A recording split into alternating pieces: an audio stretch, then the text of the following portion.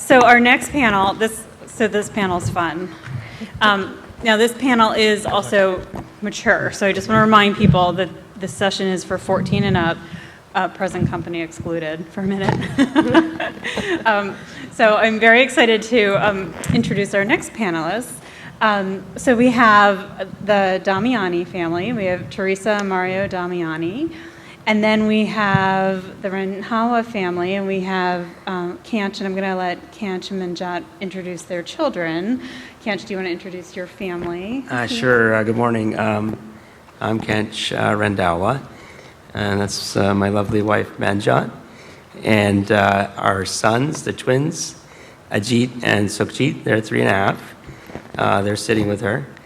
And this is my daughter. This is my daughter, Jasjit. She's 7, and she's wanted to be on stage with me today. So here she is. Hi. It's excellent. Thank you all for being here. Okay, so we are going to transition into the topic of dating and marriage. So this is a hot topic, I think, probably for a lot of the teens and adults here in the audience, and maybe even talking about the Holy Grail, if you will. And last night we had a really great session with Danielle Shapuk, who is a therapist who specializes in dating and intimacy and sexuality. And so we had a really great session about how strategies for asking people out on a date and what your dateable self-esteem is. And so that was really great. And so we're going to sort of fast forward into what happens once you're married and what a marriage looks like when you have a physical disability. And so I first of all want to thank the spouses for being willing to be here and being willing to talk about your marriages, because that's not easy for anybody. And marriage isn't easy for anybody, and neither is parenting. And I have to tell you, Kanch, that I have a 4.5-year-old, and there are days where I'm ready to throw up my hands and I'm just totally overwhelmed. And then I think of you guys and your 3 children, and I think, well, if they can do it, I can do it. So first, let's reflect on how you got to happily ever after. And so can you tell us, first of all, just how you met and how these marriages happened? Okay. Yeah, sure. You want to start me? Sure, go ahead. All right, Okay. Teresa, ladies first. I guess you have a mic. I'm taking the Yeah. lead here. So I moved to DC about 7 years ago, and Mario has lived here his whole life. And we met kind of randomly. We both actually went to an event that was put on by a young professionals group called Things to Do DC. And they do all kinds of events, both singles and not, and this happened to be a singles dinner. And it was at Benihana restaurant in Bethesda, so it's a hibachi restaurant. And we both signed up, and they had emailed questionnaires to everyone so they could seat people based on what their interests were. And we were seated at the same table, but actually I was all the way around on the other side. There's sort of a U-shaped table, and he was on one end and I was on the other. And the person I was seated next to was not interested in talking at all. So I was kind of like, oh, well, this is going to be a really awkward dinner if I have to sit here all night. What can I do? And directly across was Mario, being his usual, sort of outgoing, verbose self, talking to a couple of the people next to him and having a happy time, waving his hands and stuff. And I was like, oh, I should go sit next to him. That'll be so much more fun. And it was funny because the tables are high because of the cooktop, and he had the headrest off on his chair. So I actually didn't see that he was in a wheelchair. Not that I think it really mattered in the end. But I grabbed my chair, picked it up, and went across the table and said, hey, can I sit next to you? Oh, but you don't have to move, if it's going to be too much trouble, because then I saw the wheelchair. And Mario was he put me right at ease. He cracked a joke, and he was like, oh, anything for a beautiful lady. and just made me laugh, and I realized he was probably okay, and he moved over, and, it was good. Yeah. And then we scheduled to go on a double date with some of the other people there that were very nice, and Mario couldn't wait. He called me before that and said, let's go out together, and we did, and the rest is kind of history, I think. Yeah, and the reason I wanted to do that was, A, I liked her, and B, I just wanted some time for her to get to know me and to kind of get at ease with the wheelchair. I figured the more time she had, to realize how things worked, that, it'd be a better time later. So, yes, but as usual for me, I fell head over heels pretty fast. And, but sure enough, within a few months, we were on the same page. But then I did surprise her when I proposed.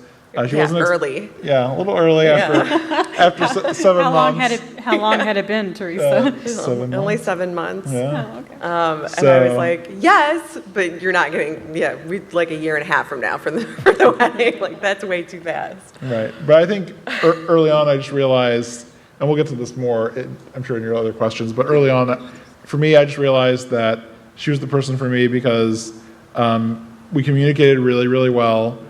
She was adaptable. She was up for adventure. And when you decide to get married to someone with a significant disability, I think that's part of what it is adventure. You really have to be up for anything. And she is. She's been to the South Pole before. So I figured if she's done that for her work as a scientist, being with me wouldn't be that much different. So anyway, that's...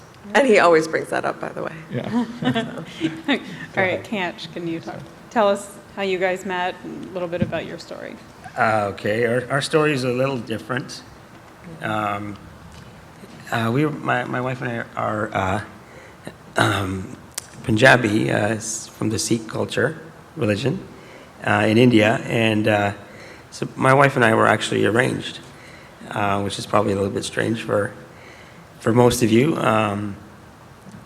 but a little bit of the story. This was back in 2002 is when we were first introduced to each other, which through our families,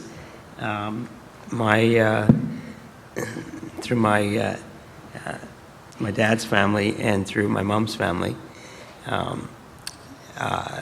One of Manjot's cousins is married to my mom's niece, so that's how our families knew each other. And in November 2002, we were introduced to each other over the phone. We talked, we exchanged pictures, and that's how our relationship first started. And we met in end of June 2003. And that was at Pearson Airport in Toronto, Canada. It was the first time we met, and after that we had our wedding set up, and it was in August of 2003 is when we got married. And almost 12 years now, so it's been quite a bit of an adventure. We obviously with the children now, we're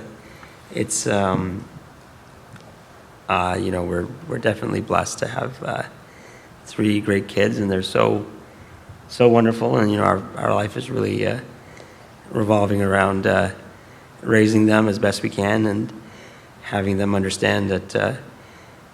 Well, actually, they think they understand by themselves that mom and dad are a little different, but still mom and dad, and we do have our limitations, and they understand that. It's like they're seeing us, they understand it, even though they're so young. So that's where we are at now, anyway. So that sort of brings me to my next question. So, Theresa, you obviously were drawn to Mario because of his effervescent personality. Yes. which he definitely has. But so when in your relationship did you guys actually start talking about what having a relationship with somebody and being married to somebody with a physical disability, what that would mean and what that life would be like for you? For us, it was pretty early. I think for every person, it might be a little bit different. But I actually value very straightforward people. I want to know. I want to be educated about what's going on with you. I want to be part of whatever is going on in your head and with your life. And so I tend to like to know up front what's happening so that I can then go, yep, that's stuff I can deal with, and set it aside. The date where he asked me out by myself, almost right away I looked at him and I said, I don't even know how to talk about what do you have? Like, what is this? It's a disability and I'm able-bodied. Like, I didn't have the language to even talk to him about this. So I just said, you're gonna have to educate me. I don't want to offend you, so know that if I say something wrong, it's not because I'm being mean. It's just because I don't know. And he was more than happy to do that. So that helped, showing that we were both able to talk to each other without, being weird about it. And then the next date, we actually had one of those marathon dates where you do like 3 different things all at once because you just don't want to let go. And so we had dinner, and then we went out to a piano bar, and then we actually sort of sat and talked for a really long time. And it was after we'd had all that fun, and things were going really well, we looked at each other and we said, okay, let's talk about some serious stuff. And Mario was like, let me just lay it on the table for you. This is what I have. It's progressive.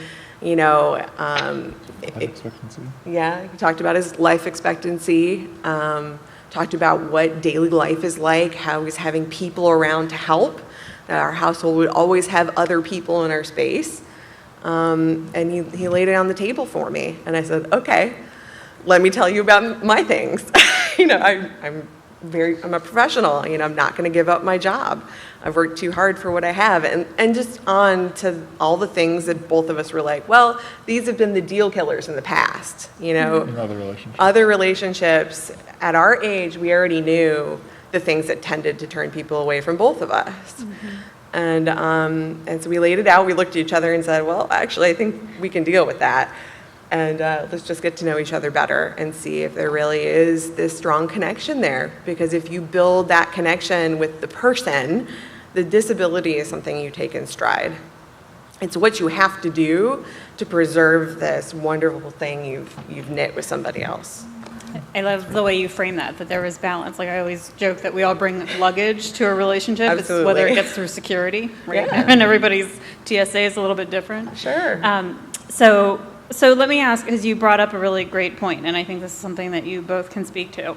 So there's obviously a caregiving dynamic to a relationship, and for some people that will be maybe the caregiving is performed by the partner or the spouse, and for some people it's a hired care attendant. And then in the relationship that Kanch has is probably a hired care attendant in the house, and so outside people bring in a new dynamic in the house. Yeah. So can you both speak to, first of all, maybe Theresa and Mario, you can answer the question whether you have paid care attendants or whether you guys work that out between you. And then if you could both talk about what that flow of people coming in and out of the house does to the family dynamic, and do you have guardrails and boundaries around the hours that people are there? You talk a little bit about that so that, what the sanctity of the home feels like and how you protect the family and the marriage. Sure. I'll start with that one. So in terms of the help that we have, I already had outside hired help when Theresa and I met, and that definitely added a dynamic when you're newly dating someone and getting that person up to speed with your daily life, and really, easing her into that, because it wasn't something where I felt comfortable right off the bat bringing her in, and as a part of a new relationship, having the people around. And in fact, if I'm not mistaken, at that time, it was still the live-in person. So that was definitely took getting used to, because I had roommates, or a roommate who was my helper, who was my caregiver, and we had an arrangement. So Theresa was kind of coming into that. That was definitely new and different.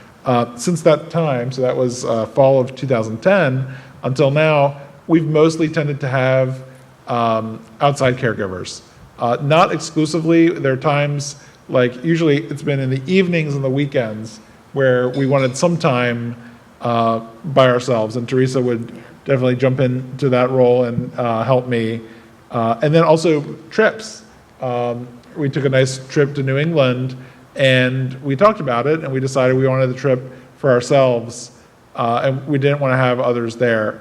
Honestly, my abilities were somewhat better then, so I would say now, I don't know if we had to think about a long road trip, we might consider having help. But yeah, so that's kind of, for us, it was that, it's a mixture.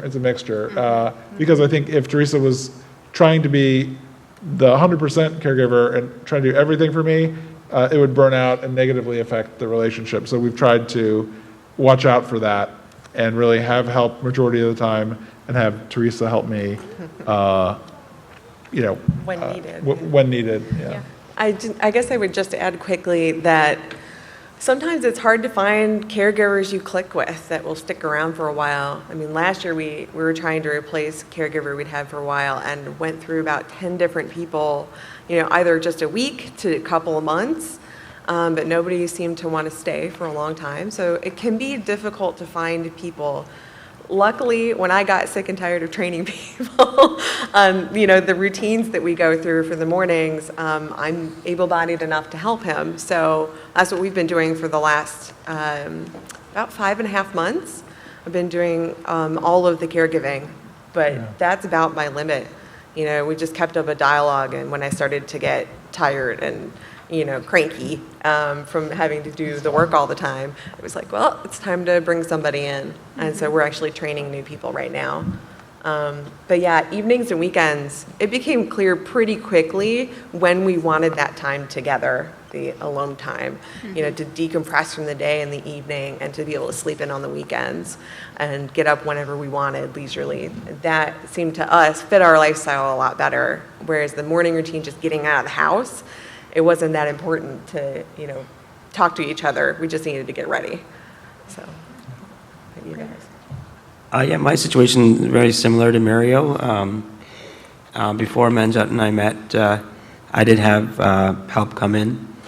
Of course, my care needs were a little bit less than they are now, but I did have help coming in. So, before we got married, we did have that discussion about how there would be always somebody coming in to assist me, and that it'd be a different dynamic than just the two of us. So we had that discussion in the beginning, and we were able to work around it. Of course, there were or have been situations where Manjot's had to assist me with certain things, and thankfully, my care needs haven't really changed significantly.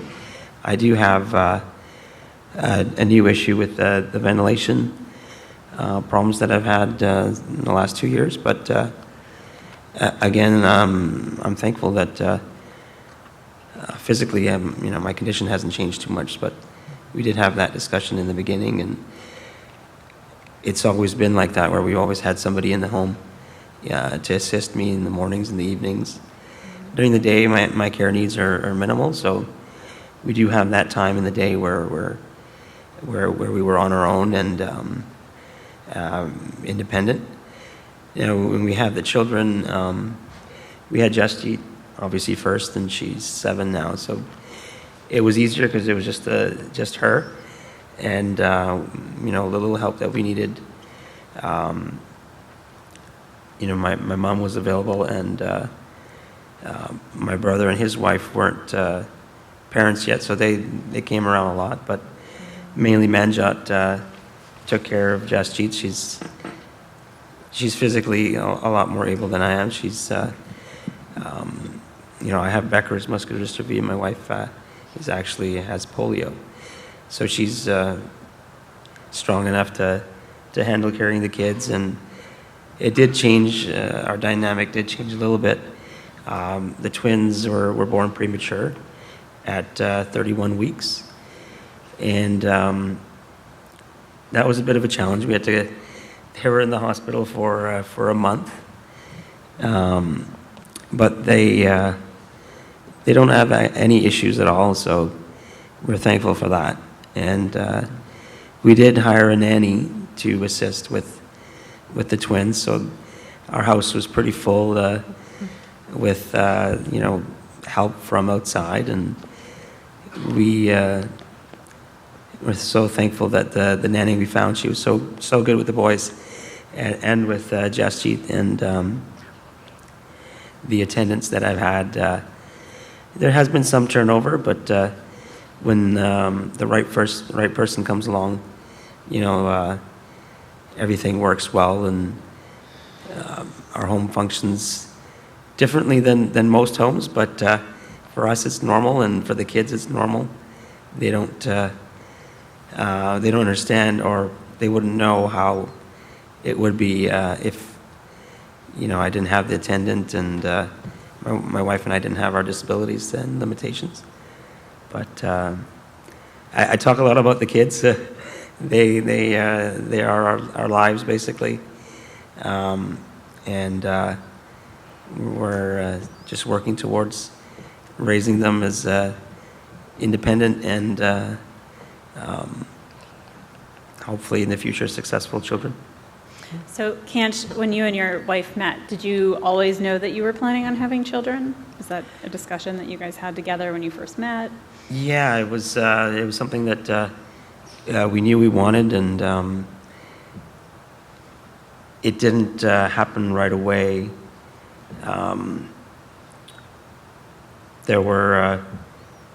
It just didn't happen for some reason, and we did finally go through if people know about fertility assistance, we went through IVF, and we were able to have our children, and thankfully they're healthy and well. Obviously, with Becker's, it doesn't transfer to the children, and they're healthy and well. And beautiful. Do you have anything, since we're talking about children, do you have anything that you want to say? I mean, you have a live mic in front of you. You want to say anything about Mama Dada? No? You can if you want. Anything about having really awesome parents who brought you to Washington? Nothing? Okay, we won't put you on the spot. I just thought you were sitting there looking so pretty today. Okay. All right, so like I said at the beginning, so last night we had a session about dating and intimacy, and I hope for especially our teens and adults who are sitting here today, that you listening today, that, as you heard last night, some strategies maybe for breaking the ice and maybe building up the dateable sense of self-esteem that we talked about, that you're now able to start to visualize what that could mean for you, right? And that these are men and women who have really beautiful marriages that have the normal struggles that marriages have, and have extra care support to make that all work, but boundaries around that so that the marriage works, and have more children than I could handle, and they're beautiful. But that works with Duchenne and Becker. It works. I'm not going to go into it, but Theresa alluded to, and Mario, honest conversations about the realities around Duchenne and Becker that you bring into the conversations with the person that you're dating, because they're a part of every part of that journey with you, and about your medical decisions. And so we wanted to have this panel today so people know that these aren't the only two families out there. There are a lot of men in our community, others who've been here at the conference who have children too, who are living this life, and we'd love to connect you to them, that as these possibilities and as these therapies move through the pipeline, these are more of an opportunity and a reality. And the thing we're not talking about here that came up some yesterday, though, is that there are also benefit resource changes that happen as you get married. And you need to know what they are, and there are considerations for your eligibility for Social Security when you get married. And so there are just things you need to know. You need to be smart about it as you're making these decisions, and as your incomes combine. As you modify your home, we had a great session yesterday about resources for accommodations and modifications, and other things about if you're installing a barrier-free lift, should the lift go all the way over the bed so you can get to your partner's side of the bed? Things like that it really will enhance your ability to have relationships.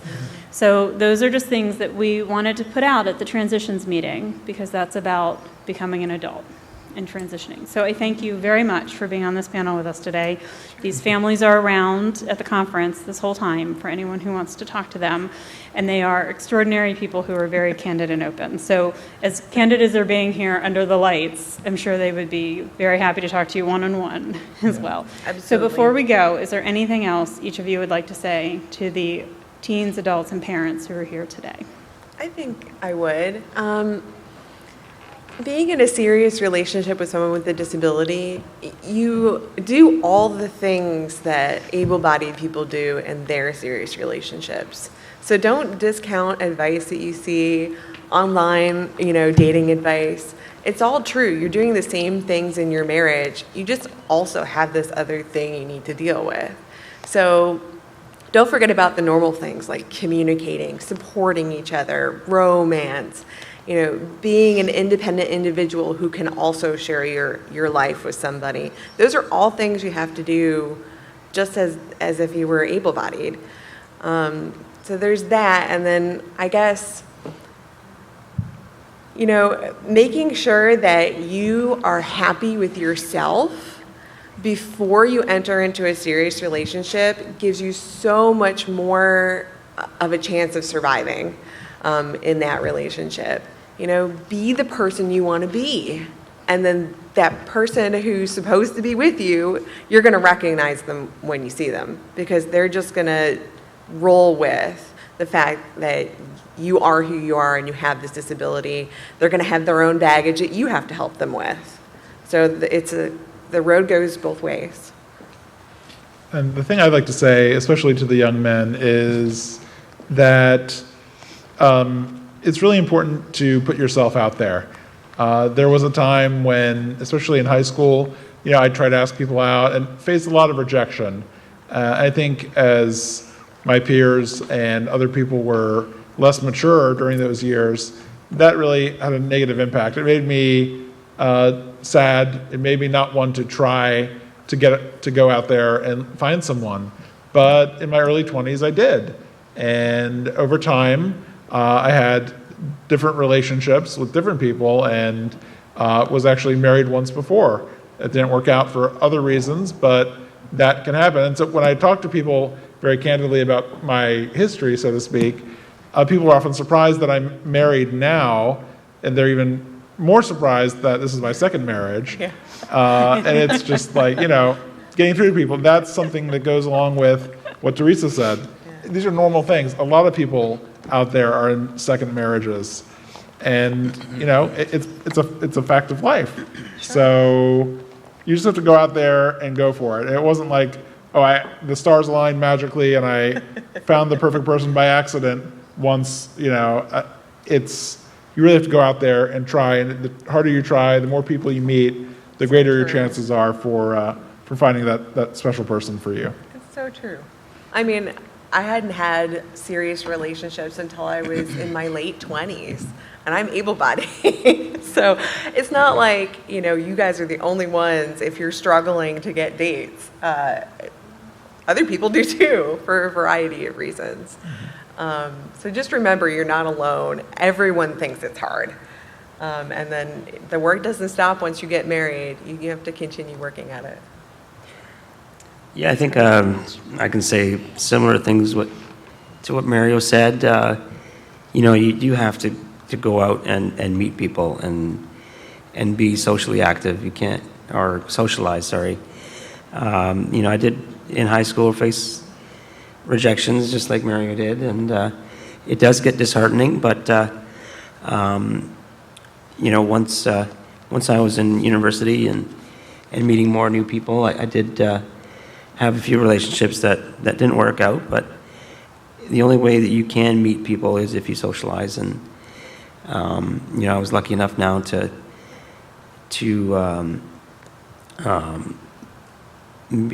get married with Manjot and be introduced to her, and started a new life with her, and it's been nothing but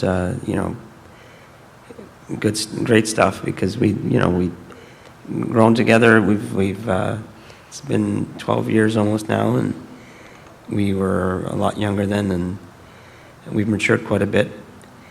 But again, it's only with the experiences of having relationships in the past that we've been able to work on having a successful marriage and compromising with each other, and not,